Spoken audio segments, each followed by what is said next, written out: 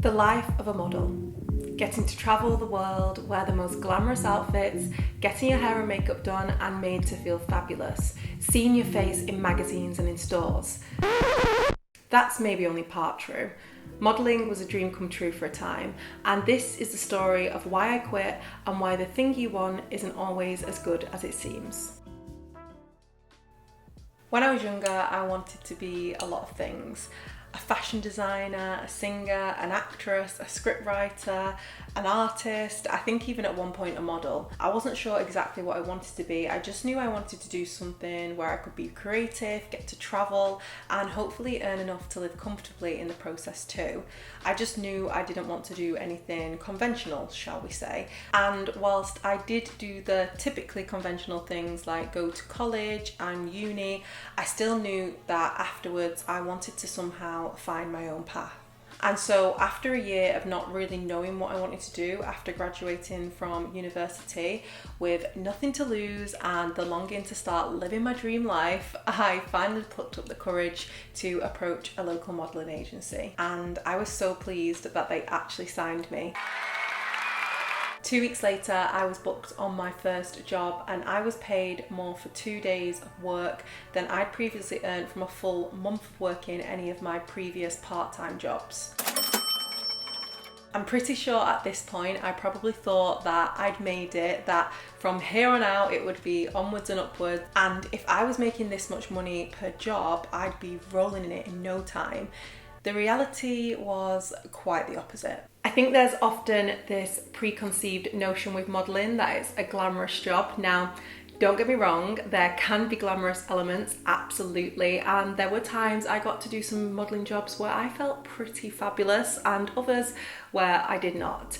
I also have to make the distinction between high fashion modelling and commercial modelling. I think the lines have started to blur a little bit more on this front in more recent years, although not completely. And for me, I was modelling at a time where the two were very separate. To simplify, high fashion model, think high fashion runway, editorials, designer perfume brands. Commercial model, think high street stores, fashion e-commerce, sportswear, lingerie.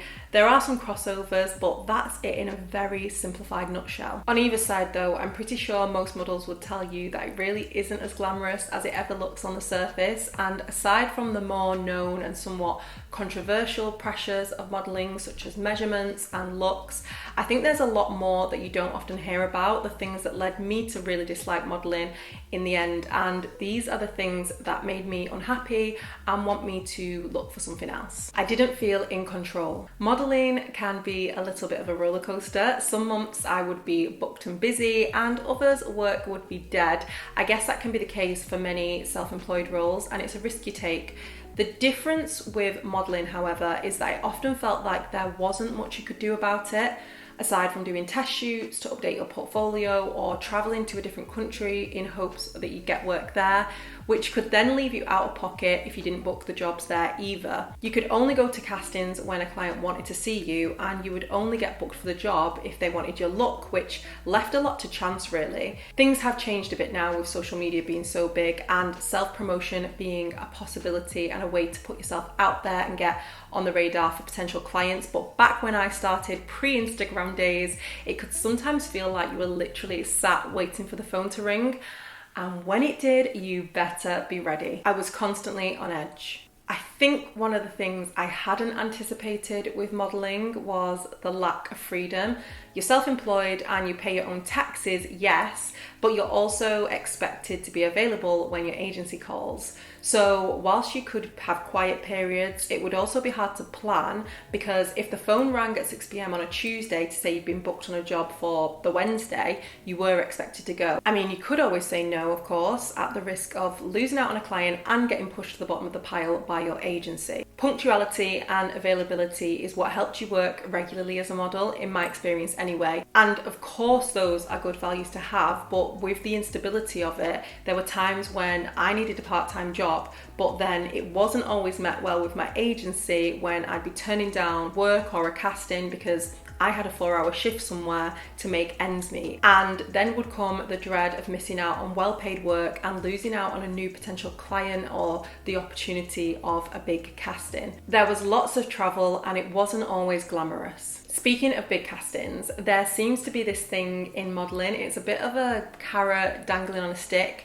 You have your bread and butter jobs and the regular ones that pay all right and keep you going, but then occasionally you have the big money jobs that come along. These can vary from jobs that are quite a bit more than your regular pay, but then you get the ones that could change the trajectory of your yearly earnings and maybe even your career. These were the golden nuggets that you really wanted. Things could be quiet and you might be contemplating throwing in the towel, and then the potential of a big job would come your way in the form of a casting. The carrot on the stick. The thing with castings was that most of the time you had to pay your own travel expenses to get there.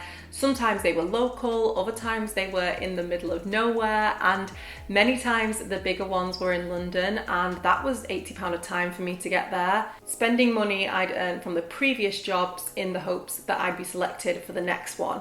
And sometimes you'd be waiting on payments from jobs you did months ago. And once you got to a casting, you could be in and out in a flash because you know they were after something specific and you may as well have not even gone, but you wouldn't know if you didn't go. It was the carrot on the stick of that big potential opportunity, and if I'm honest, it's probably what kept me going for as long as I did. And I have to say, I did get a few carrots, not any of the big ones, but ones that did mean it was worth making the effort when I got them.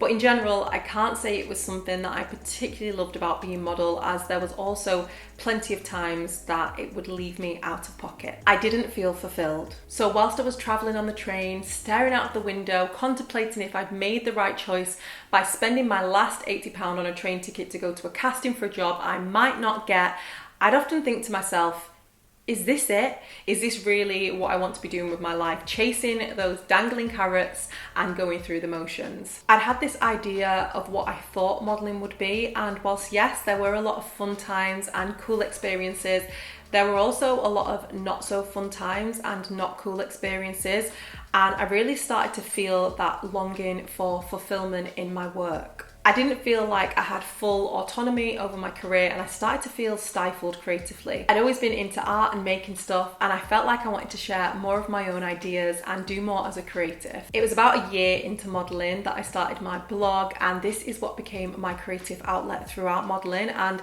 eventually my exit. But for a long while I was going through the motions with modelling work, and the more I began to share my own content online, the more I'd find myself on shoots thinking about what blog posts and content I wanted to create next, the things that I had control of. I found myself feeling like a prop in someone else's creative vision, and I wanted to create my own creative stories. I felt like I couldn't be my true self. As a model, you're expected to be a blank canvas, or at least that was the case when I was a model.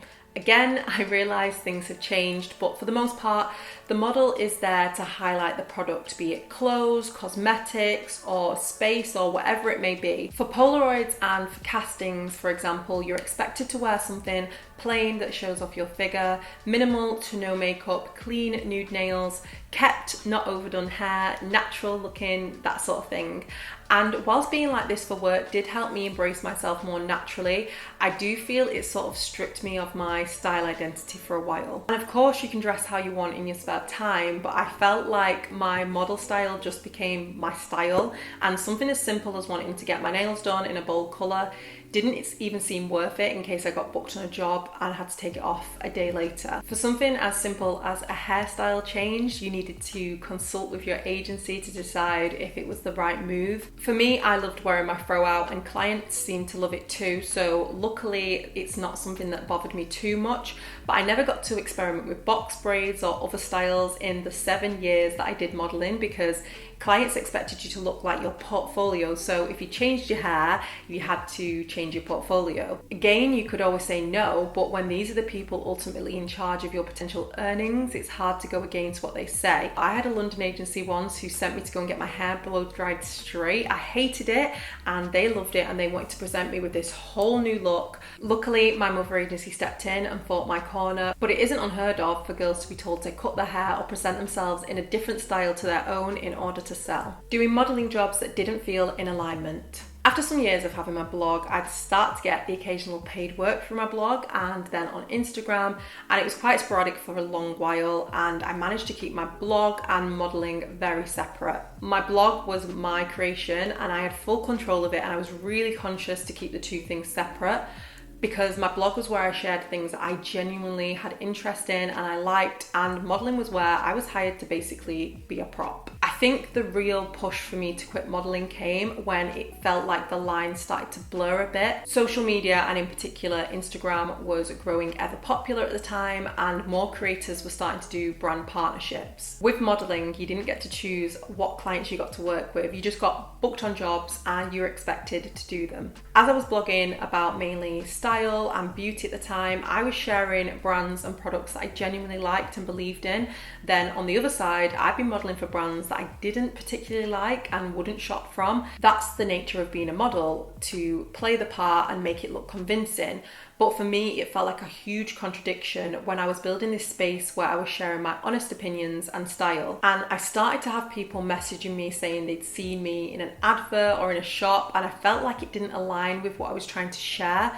Because like I say, they weren't brands I was promoting as a blogger, I was just modelling for them. Whereas when I was working with a brand as a blogger, I was able to say no to the things that didn't align with me, because I wouldn't promote something if I didn't actually like it. And so, especially towards the end, I started to feel more and more uncomfortable and out of alignment with a lot of the modelling jobs that I found myself doing. Quitting modelling. In the end, I knew my exit plan was to take blogging and content creation full time.